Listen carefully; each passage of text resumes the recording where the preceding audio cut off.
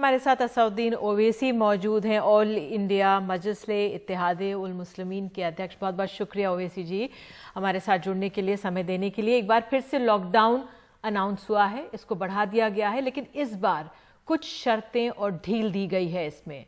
किस तरह से आप देख रहे हैं इसे? मेरा मानना, मैं शुरू से कह रहा हूं कि लॉकडाउन लीगली तौर पर अनकॉन्स्टिट्यूशनल है। इसलिए अनकॉन्स्टिट्यूशनल है क्योंकि पब्लिक हेल्थ और law and order state government का सब्जेक्ट है और केंद्र सरकार का इसमें कोई रोल नहीं है संविधान के लिहाज से। ये बड़ी अफसोसनाक बात है कि जितने चीफ मिनिस्टर्स हैं, जिनमें non Congress non BJP chief ministers, उन्होंने क्यों इसको 24 मार्च से कबूल किया, ये मैं तो नहीं समझा सकता।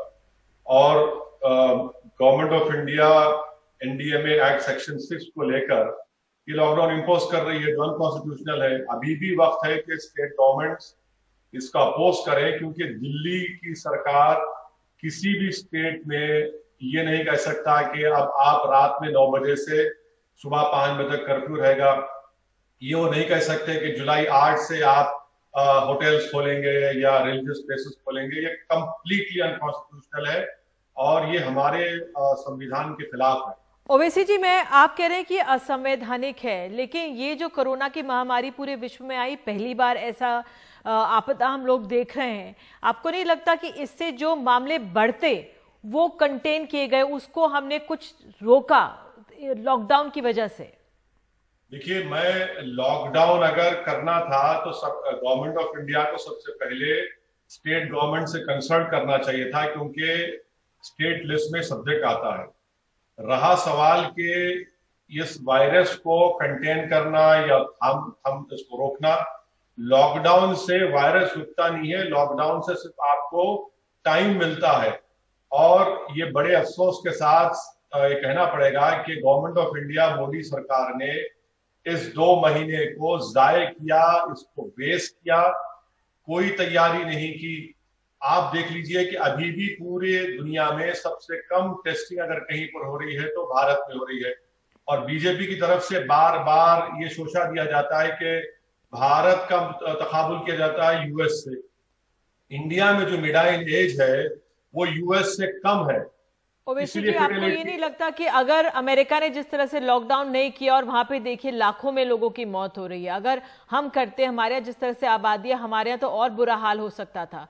तो ये लॉकडाउन जरूरी था। हालांकि तरीका जल्दबाजी हो सकता है, बिना आप कह सकते हैं कि प्लान करके नहीं किया, लेकिन जरूरी था एक समय लोगों को जागरूक करने के लिए, खुद को तैयार करने के लिए और महफूज रखने के लिए लोगों को ये जरूरी था उस समय। नहीं, अब ये जरूरी था नहीं था, ये लंबी बहस है। मगर जहां तक आपने यूएस की बात की, मैं आपसे ये कह रहा था कि इंडिया में मिडाइन एज 29.8 ईयर्स की है, यूएस में 38 ईयर्स की है। भारत में सिर्फ 5% आबादी 65 साल के ऊपर है, यूएस में 15% उनकी आबादी 65 साल के ऊपर है। तो जाहिर है वहां पर मरने वालों की तादाद बहुत ज्यादा है। सवाल ये पैदा होता है कि आपने लॉकडाउन 70 दिन हो गए हैं, आपने क्या हासिल किया?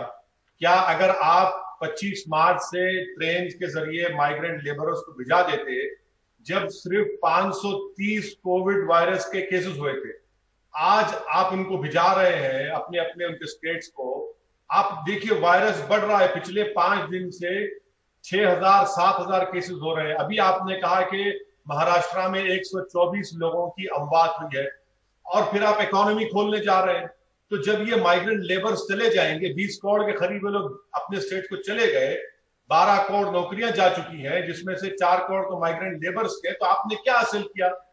आपने क्या हासिल किया? इस सरकार ने क्या हासिल किया? ये सवाल जो हमारे मजदूर हैं, जो हम सबने तस्वीरें देखी और हम सब विचलित हुए, सरकार पर तो सवाल उठता ही है, लेकिन ये तमाम सरकारों, राज्य सरकारों पर भी उठता है। क्योंकि जब रेल सेवा शुरू करने की बात हुई तो ये भी हुआ कि राज्य सरकारें तैयार नहीं थी।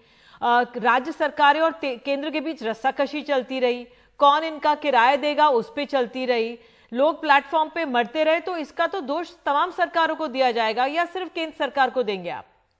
मैडम, अगर आप संविधान देखेंगे, संविधान में आर्टिकल 217 शेड्यूल 7 में आइटम 81 है, जो क्लियरली ये कहता है inter state migration and intra state migration. ये तो गवर्नमेंट ऑफ इंडिया, मोदी सरकार की जिम्मेदारी है संविधान के लिहाज से। अब रहा सवाल ये ट्रेन से, श्रमिक ट्रेन से भिजाना, आप बताइए कि ये सरकार कितना झूठ बोलती है कि 9 मई से 27 मई के दरमियान में 85 लोगों की मौत हुई है ट्रेन के अंदर, और वो बदतरीन वाकया झांसी का जिसमें एक लाश एक मजदूर की 4 दिन तक टॉयलेट में पड़ी रही। तो फिर ये किसकी जिम्मेदारी है?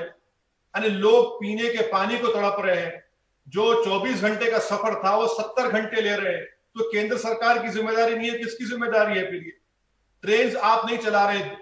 मुंबई से ट्रेन निकलती है, जाना गोरखपुर एक उड़ीसा चली जाती है, 24 घंटे का सफर, 70 घंटे 80 घंटे उसमें पीने का पानी नहीं। इसी से तो ये जिम्मेदारी सरकार की है। और गवर्नमेंट ऑफ इंडिया, मोदी सरकार, मुझे अफसोस इस बात का है कि आज अपना 1 साल मुकम्मल होने पर इतना बड़ा जोर शोर से जश्न मना रहे हैं। किस बात का जश्न मना रहे हैं लोग? इनको तो अफसोस करना चाहिए था, इनको तो शर्म आनी चाहिए थी। नहीं, प्रधानमंत्री ने, मैं आपसे जानना चाहूंगी, प्रधानमंत्री ने चिट्ठी लिखी और उनकी आवाज भी सुनाई दे रही है। उन्होंने लिखा है कि मजदूरों, छोटे कारोबारियों ने कष्ट सहा है, परेशानियां दूर करने के प्रयास किए जा रहे हैं। प्रधानमंत्री ने कहा है ये बात।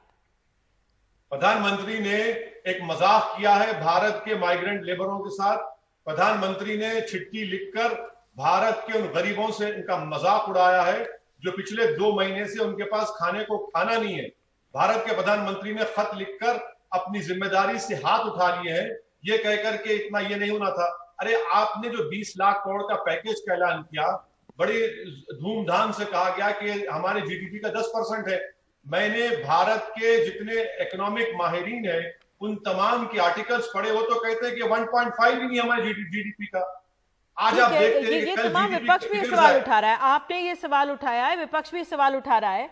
अब देखिए, तमाम राज्य सरकारें अपनी तरफ से एहतियाती इंतजाम कर रही हैं। अब आज ही जो ढील दी गई है उसमें कहा है कि तमाम धार्मिक स्थल खुल जाएंगे जल्द। हमने देखा ममता बनर्जी ने कहा कि 1 जून से खुल जाएगा। येदियुरप्पा ने भी पहले कहा कि हम प्रधानमंत्री को चिट्ठी लिख रहे हैं। जो तमाम धार्मिक स्थल खुलेंगे, आपको लग रहा है ये ठीक कदम है, इसकी जरूरत थी, लोगों को थोड़ा संतोष होगा इससे? देखिए, मेरा आर्गुमेंट ये है कि स्टेट सब्जेक्ट है, ये स्टेट डिसाइड करेंगे, चाहे वो कर्नाटका की बीजेपी की सरकार हो या टीएमसी की सरकार बंगाल की हो। मगर सवाल ये पैदा होता है कि आपने शराब की दुकानें खोल दी, और शराब की दुकानों में तो लाइन लगी हुई थी जब खोला गया। आपने तो सोशल डिस्टेंसिंग के नाम पर मजाक उड़ाया इन माइग्रेंट लेबरर्स के साथ। तो फिर आपका ये लॉकडाउन रहा कहां? इस 2 महीने में आपने वायरस को तो रोका नहीं, मगर आपने भारत की इकोनॉमी को तो बर्बाद कर दिया। आज 40 साल के बाद आज हमारा जीडीपी 3.1 पर आ चुका है।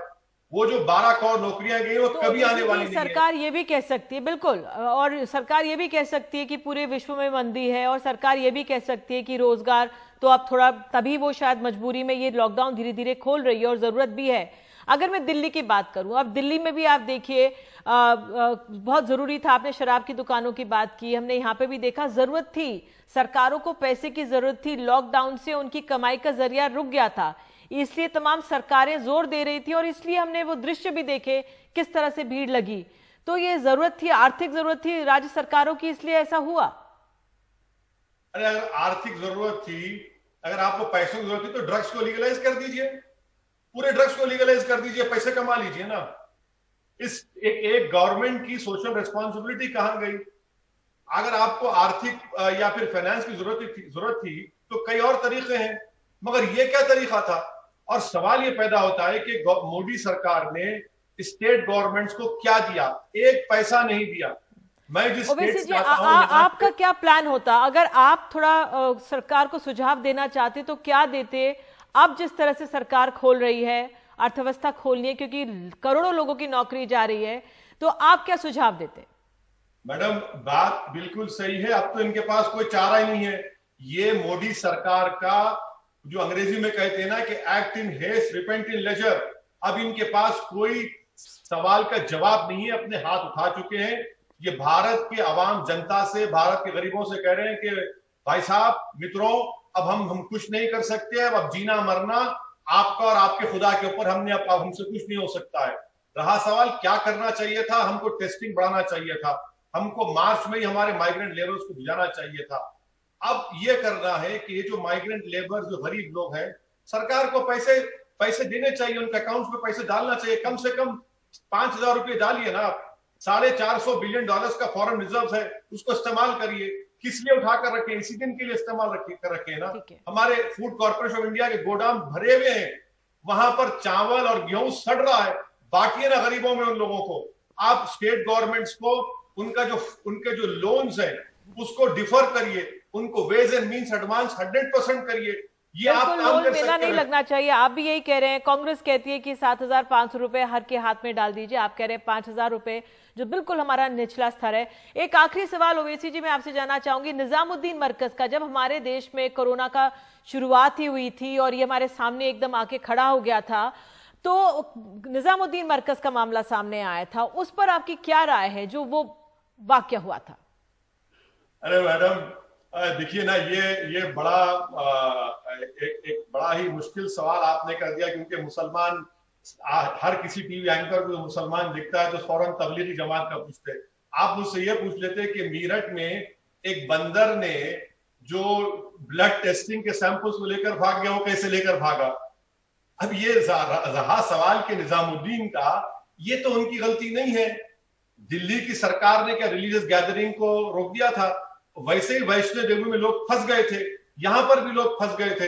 अब इसको पूरा एक मजहब से जोड़ देना ये गलत है। अगर ये बात है तो बताइए कि 30 जनवरी को सबसे पहले भारत में कोविड पेशेंट आया था, उसका क्या मजहब था? उसके 3 पेशेंट थे। उसके बाद इटली के टूरिस्ट, उनका क्या रिलीजन था? चाइना में, वुहान में, अमेरिका में बोरिस जॉनसन का क्या रिलीजन था? तो ये तो बीजेपी संघ परिवार की बहुत बड़ी गंदी साजिश थी कि वो अपनी नाकामियों को और अपनी नाअहली को छुपाने के लिए वो तबलीगी जमात और इस्लाम का नाम बदनाम करने की कोशिश की। लेकिन वहां पे गैदरिंग हुई थी और लॉकडाउन के बावजूद और निर्देशों के बावजूद बड़ी संख्या में लोग मौजूद थे। बहरहाल आपने अपनी बात रखी और आपने तमाम सवाल भी उठाए सरकार पर। बहुत बहुत शुक्रिया ओवैसी।